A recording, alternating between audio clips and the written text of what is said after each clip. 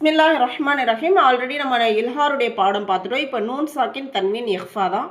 தொடர்ந்து பாடங்களை கவனிங்க. நம்முடைய பாடங்களை லைக் பண்ணுங்கள். உங்களுடைய நண்பர்களுக்கும் அந்த பாடங்கள் போகும் நிச்சயமாக. ஸ்க்ரீனில் நம்பர் கொடுக்குறோம். அதில் நீங்கள் தேவைப்படுறவங்க ஆன்லைன் கிளாஸ்க்காகவும் தொடர்பு கொள்ளுங்கள்.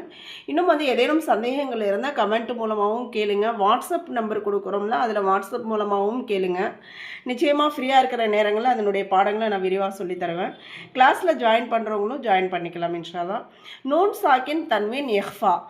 நூன் சாக்கின் அல்லது தன்வீனுக்கு பிறகு, அதாவது அடுத்த எழுத்தை தான் பார்க்கணும். நூன் சாக்கின் சுக்குன் பெற்ற நூன் அல்லது தன்வீனுக்கு அடுத்த எழுத்து. இந்த 15 எழுத்துக்களில் ஏதாவது ஒரு எழுத்து வந்திருக்கா? த, ஃப, ஜீம், தால், ரால், ஸ, சீன், ஷீன், ஸ்வாத், ضاد, த்வா, லா, ஃப, ஆஃப், காஃப்.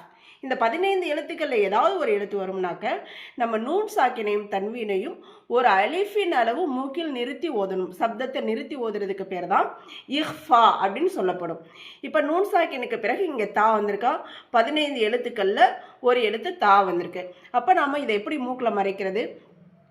அன் அப்படின்னு சொல்லாமல் லைட்டாக அந்த இங்குடைய சப்தம் வர மாதிரி ஆட்ட.